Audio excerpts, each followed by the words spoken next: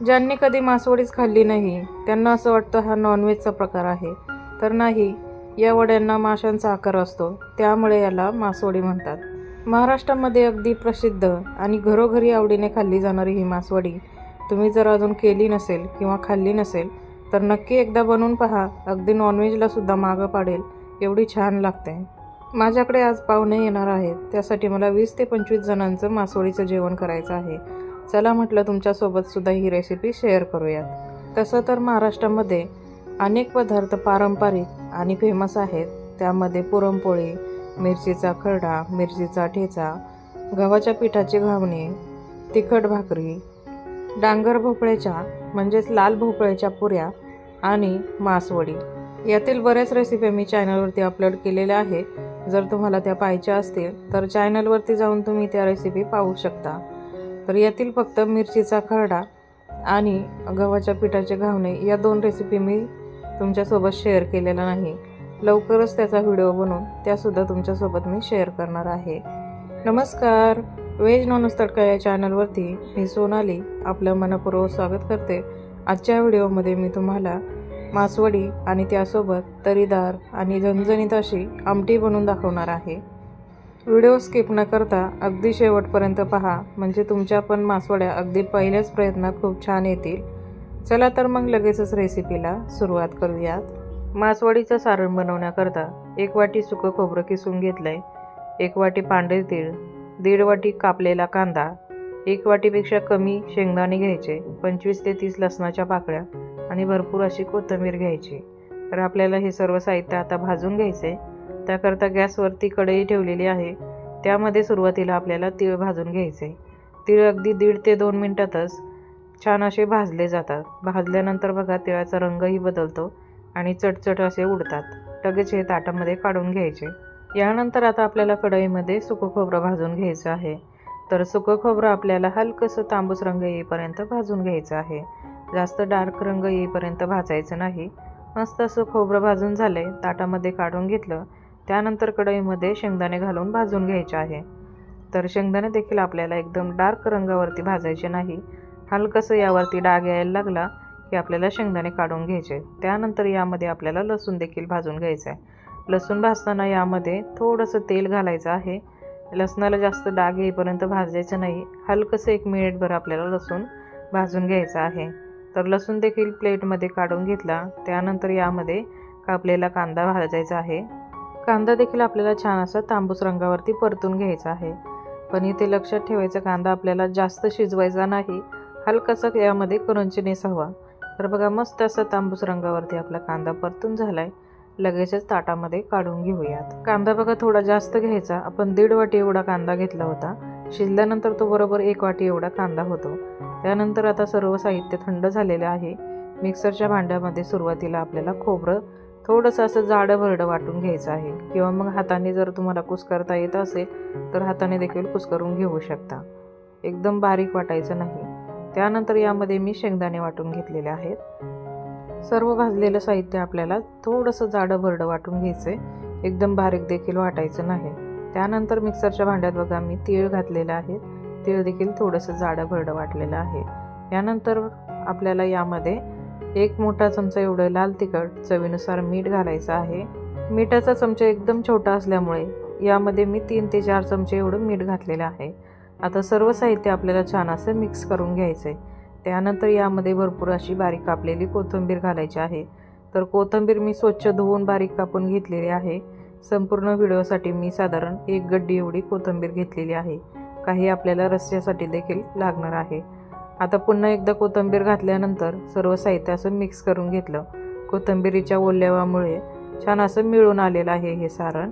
तर नंतर आता आपल्याला जो भाजलेला लसूण होता तो मिक्सरच्या भांड्यात घालून छान असा जाडा भरडा वाटून घ्यायचा आहे आणि तो देखील या सारणामध्ये आपल्याला छान असा मिक्स करून घ्यायचा आहे.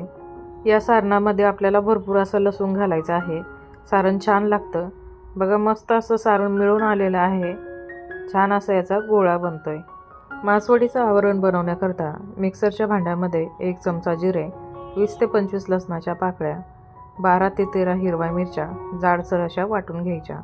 गॅसवरती पॅनमध्ये 2 ते 3 चमचे एवढं तेल घालायचं.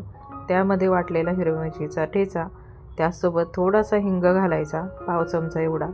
छान असं सर्व साहित्य तेलामध्ये 1 ते 1.5 मिनिट आपल्याला परतून घ्यायचं आहे. यानंतर यामध्ये 1 चमचा एवढी हळद घालायची आहे. पुन्हा एकदा हे सर्व साहित्य आपल्याला अर्धा मिनिट एवढं परतून घ्यायचं आहे. आता यामध्ये आपल्याला पाणी ॲड करायचं आहे. तर पाण्याचं प्रमाण साधारण 3 ते 4 लिटर एवढं यामध्ये पाणी घालून घ्यायचं आहे. तर लगेच यामध्ये चवीनुसार मीठ घालायचं. आता बेसन पीठ बघा, साधारण 1 किलो बेसन पीठ एवढं मी चाळून घेतलेलं आहे. आता बेसन पिठाचं प्रमाण अगदी योग्य सांगू शकत नाही, कारण या पाण्यामध्ये आपल्याला जेवढं बसेल तेवढं पीठ घालायचं आहे. आता एका हाताने विस्करणे हे सारखं हलवत राहायचं आणि दुसऱ्या हाताने थोडं थोडं पीठ असं हाताने चाळीत राहायचं. शक्यतो तुमच्याकडे जर कोणी डबल मदतीला असेल तर नक्की घ्या, कारण या बेसन पिठाच्या आपल्याला अजिबातही गाठी होऊन द्यायच्या नाहीत. जेवढं जमेल तेवढं एवढं पटापट हलवून घ्यायचं आहे. बेसन पीठ घालताना ते एकदम जास्त सोडायचं नाही, नाहीतर याच्या पटकन गाठी होतात. त्यामुळे हाताने थोडं थोडं चाळूनच घालायचं आहे. तर बघा, असं बेसन पीठ छान असं हटवून घ्यायचं आहे. यामध्ये ज्या गुठळ्या असतील त्या देखील या विस्करणे छान अशा मोडून घ्यायच्यात. तर बघा, इथे मला थोडंसं मीठ कमी वाटते, तर मीठ घालून पुन्हा एकदा हे बेसन पीठ मी हलवून घेते. तर घेतलेलं सर्व 1 किलो बेसन पीठ यामध्ये मी घालून घेतलेलं आहे. आता यानंतर यावरती आपल्याला झाकण ठेवायचं आहे. गॅसची फ्लेम मंद करायची आणि साधारण 4 ते 5 मिनिट हे पिठलं आपल्याला शिजून घ्यायचं आहे. 4 ते 5 मिनिटांनी पुन्हा एकदा हे बेसन आपल्याला हलवून घ्यायचं आहे. तर बघा, आता यामध्ये अजिबातही तुम्हाला गाठी दिसणार नाही. तर हे बाजरीच्या भाकरीसोबत, ज्वारीच्या भाकरीसोबत असं देखील पिठलं खूप छान लागतं. वाटीमध्ये 2 ग्लास पाणी, 2 चमचे तेल घेतलेलं आहे. त्यानंतर एक सुती कपडा घ्यायचा. मी इथे रुमाल घेतलेला आहे. हा रुमाल आपल्याला या पाण्यामध्ये बुडवून घ्यायचा आहे आणि छान असा पिळून घ्यायचा आहे. पिठलं गरम गरम असतानाच आपल्याला मासवड्या बनवून घ्यायच्या आहे. जसं जसं पिठलं गार होतं तसं तसं मासवड्या व्यवस्थित बनल्या जात नाही. तर खाली एखादी परात घ्या किंवा मग मोठं ताट घ्या. आता मला भाकरी बनवण्याकरता परात लागणार आहे, त्याकरता मी खाली चॉपिंग बोर्ड ठेवला आहे. त्यावरती हा कॉटनचा कपडा ठेवला आहे. त्यावरती थोडंसं तेल पाणी घातलेलं आहे आणि त्यावरती बारीक कापलेली कोथिंबीर घातलेली आहे. त्यानंतर बनवलेलं पिठलं हे 2 चमचे घालून घेतलेलं आहे. आता तेल पाण्यामध्ये हात बुडवायचा, नाहीतर हाताला चटके बसतील आणि हे थोडंसं बेसन आपल्याला पसरवून घ्यायचं आहे. यानंतर यावरती आपल्याला भरपूर असा बाकूस भरून घ्यायचा आहे. तर या सारणाला आमच्या इकडं बाकूस म्हणतात, तुमच्या इकडं काय म्हणतात नक्की सांगा. बाकूस भरल्यानंतर हा छान असा पसरवून घ्यायचा आहे. त्यानंतर आता एका साईडने हा रुमाल उचलून घ्यायचा आणि असं पुढे पुढे दाबत न्यायचं. तर रुमाल हा आतमध्ये जाणार नाही याची देखील काळजी घ्यायची आहे. थोड्या वेळाने रोल करत करत रुमाल देखील पुढे खेचून घ्यायचा आहे. त्यानंतर ही वडी आपल्याला अशी उभी करून घ्यायची आणि माशाच्या आकाराची आपल्याला अशा पद्धतीने थापून घ्यायची आहे. खालच्या साईडला थोडं मोठा आकार आणि वरच्या साईडला एकदम निमुळता असा थापून घ्यायचा आहे. यानंतर हलक्या हाताने आपल्याला रुमाल बाजूला करायचा आहे आणि हे खूप गरम असतं, त्यामुळे 1 मिनिटभर आपल्याला ही वडी थंड करून घ्यायची आहे. गरम असतानाच जर उचलायला गेलं तर ही वडी तुटू शकते, म्हणून 1 मिनिटभर याला सेट होऊन द्यायचं. त्यानंतर ही मासवडी उचलून ताटामध्ये ठेवायची. तर बघा, अशा पद्धतीने उरलेल्या सर्व मासवड्या मी बनवून घेतलेल्या आहेत. गरम गरम असताना या मासवड्या कट करायच्या नाही. संपूर्ण मासवड्या थंड झाल्यानंतरच या आपल्याला अशा पद्धतीने कट करून घ्यायच्या आहेत. तुम्हाला जशा जाड पातळ जशा कापायच्या तशा ह्या मासवड्या तुम्ही कट करून घेऊ शकता. तर बघा, अशा वरच्या साईडला एकदम निमुळतं आणि खालच्या साईडला असं पसरट अशा पद्धतीचे ह्या मासवड्या आपल्याला थापून घ्यायच्या आहे. आतून तुम्ही सारण देखील पाहू शकता. अगदी कडेपर्यंत मस्त असं यामध्ये सारण भरलेलं आहे. बघा काय छान झालेले आहेत. आता या पॅनमध्ये जे कडेला थोडं थोडं बेसन पीठ आहे ते असं छान असं खरडून घ्यायचं. हे खायला देखील खूप छान लागतं, परंतु आपल्याला जो रस्सा बनवायचा आहे त्यामध्ये घातलं तर खूप छान लागतं. थोडासा बाकूस यामध्ये आपल्याला घालायचा आहे आणि गरम पाणी घालून हे छान असं मिक्स करून घ्यायचं. यामुळे आपल्या रस्स्याला खूप छान चव येते. त्यामुळे थोडासा बाकूस उरून ठेवायचा रस्स्यामध्ये घालण्याकरता. रस्सा बनवण्याकरता बघा, आपल्याला कांदे भाजून घ्यायचे आहेत. गॅसवरती एक जाळी ठेवलेली आहे. त्यावरती मध्यम साईजचे साधारण 10 ते 11 कांदे अशाच पद्धतीने मी भाजून घेतलेले आहे. आता मधला जो मुळाचा भाग आहे तो आपल्याला काढून टाकायचा आहे. त्यानंतर अर्धी मोठी वाटी सुकं खोबरं कापून घेतलंय. 2 चमचे चण्याची डाळ घेतलेली आहे. 2 चमचे धने घेतलेले आहेत.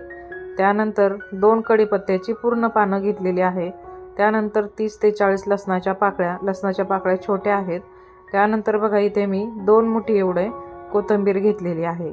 गॅसवरती बघा मगाशीच कढई आहे, तर त्या कढईमध्ये आता मी इथे सुरुवातीला चण्याची डाळ भाजून घेणार आहे. चण्याची डाळ भाजताना 1 चमचाभर यामध्ये तेल घातलेलं आहे. तर चण्याची डाळ आपल्याला हलकीशी तांबूस रंग येईपर्यंत भाजून घ्यायची आहे. अर्धवट ही चण्याची डाळ भाजल्यानंतर यामध्ये आपल्याला धने आणि लसूण देखील घालायचा आहे. चण्याची डाळ घातल्यामुळे याचा रस्सा छान असा मिळून येतो, एकदम पाणी होत नाही. बघा छान असं खमंग हे आपल्याला 2 ते 3 मिनिट भाजून घ्यायचं आहे. 2 ते 3 मिनिट झाल्यानंतर यामध्ये आपल्याला कोथिंबीर घालायची आहे. तर बघा कोथिंबीरचा जो देठाकडील भाग असतो तो जास्त करून यामध्ये मी वापरलेला आहे आणि जे पानं आहे ती कट करून मी वरून घालण्याकरता ठेवलेली आहे. आता सर्व साहित्य भाजून झाले, एका ताटामध्ये काढून ते थंड करायला ठेवूयात. त्यानंतर कढईमध्ये आपल्याला खोबरं भाजून घ्यायचं आहे. तर खोबरं भाजताना देखील मी इथे अर्धा चमचा एवढं तेल घातलेलं आहे. छान असं खोबरं तांबूस रंग येईपर्यंत भाजून घ्यायचं आहे. सर्व साहित्य थंड झाल्यानंतर मिक्सरचं मोठं भांडं घ्यायचं. यामध्ये आपण जे कोथिंबीर, चण्याची डाळ आणि धने वगैरे भाजले होते ते घालून पाणी न घालता एकदा जाडं भरडं वाटून घ्यायचं. त्यानंतर यामध्येच भाजलेलं खोबरं देखील घालायचं आणि हे देखील आपल्याला पाणी न घालताच एकदम असं जाडं भरडंच वाटून घ्यायचं आहे. यानंतर यामध्ये भाजलेले कांदे घालायचे आणि थोडंसं पाणी घालून हा एकदम बारीक असा मसाला वाटून घ्यायचा आहे. आता गॅसवरती खोलगट आणि मोठ्या आकाराचं स्टीलचं भांडं ठेवलेलं आहे. त्यामध्ये 2 पळ्या एवढं तेल घातलं आहे, 1 छोटा चमचा एवढं जिरं घातलं, त्यानंतर कढीपत्ता, अर्धा चमचा एवढी हळद घालायची, 2 ते 3 चमचे एवढं कांदा लसूण मसाला, 1 मोठा चमचा एवढा घरगुती साठवणीचा मसाला आणि 1 मोठा चमचा एवढा आपल्याला काश्मीरी लाल तिखट घालायचं आहे. तरीसाठी आपल्याला छान असा याला कट आणायचा आहे. कांदा लसूण मसाला नसेल तर तुम्ही कुठलाही तुमचा साठवणीचा मसाला यामध्ये घालू शकता. आता यामध्ये आपल्याला जो मसाला वाटून घेतला होता तो घालायचा आहे आणि छान असा तेल बाजूला सुटेपर्यंत हा मसाला आपल्याला भाजून घ्यायचा आहे. तर बघा ही आमटी एकदम तरीदार आणि छान असं चमचमीत व्हायला हवी, त्यामुळे इथे तेलाची कंजूसी करायची नाही. 2 मोठ्या पळ्या इथे मी तेल घातलेलं आहे. यामध्येच आपल्याला बारीक कापलेली कोथिंबीर देखील घालायची आहे. मसाला छान असा 4 ते 5 मिनिट मी मंद आचेवरती परतून घेतलेला आहे. यानंतर यामध्ये बेसन पीठ आणि बाकसाचं जे पाणी होतं ते घालायचं. त्यानंतर यामध्ये आवश्यकतेनुसार पाणी ॲड करायचं. तुम्हाला जी आमटी किती हवी आहे तेवढं यामध्ये पाणी घालायचं आहे. एकदम जास्तही पातळ आमटी बनवायची नाही किंवा एकदम जास्त घट्टसरसुद्धा आमटी बनवायची नाही. मध्यम साईजची आपल्याला ही आमटी बनवायची आहे. तर बघा अशा पद्धतीने पाणी घातल्यानंतर एकदा आमटी हलवून पाहायची. जर जास्त घट्ट वाटत असेल तर अजून पाणी तुम्ही ॲड करू शकता. त्यानंतर यामध्ये चवीनुसार मीठ घालायचं. पुन्हा एकदा आमटी छान अशी हलवून घ्यायची. तर बघा ही आमटी उकळल्यानंतर अजून थोडीशी घट्ट होते. आता मंद गॅसवरती बघा ही आमटी मी साधारण 3 ते 4 मिनिट उकळत ठेवलेली होती. त्यानंतर बारीक कापलेली कोथिंबीर घातली. मस्त अशी झणझणीत तरीदार अशी आपली आमटी तयार झालेली आहे. आता मासवडी आणि मासवडीची आमटी दोन्हीही तयार झालेलं आहे. खूप छान लागते ही आमटी. बाजरीची भाकर, ज्वारीची भाकर, भातासोबत देखील खूप छान लागते. आता ताट वाढताना बघा पहिलं सुरुवातीला ताटामध्ये मासवड्या घ्यायच्या, त्यानंतर आपल्याला अशी आमटी ओतायची आहे. यामध्ये लिंबू पिळायचं आहे आणि कांदा आणि भाकरीसोबत हे आपल्याला चुरून खायचं आहे. चुरून खूप छान लागतं. नक्की बनवून पहा. रेसिपी आवडली असेल तर एक लाईक नक्की करा. चॅनलवरती नवीन असाल तर चॅनलला सबस्क्राईब नक्की करा. नक्की माझ्या पद्धतीने तुम्ही मासवड्या बनवून पहा. तुम्ही एकदा बनवल्या तर तुम्ही वारंवार बनवून खा, एवढ्या छान लागतात. परत भेटूयात अशाच एका नवीन रेसिपीसोबत. तोपर्यंत धन्यवाद.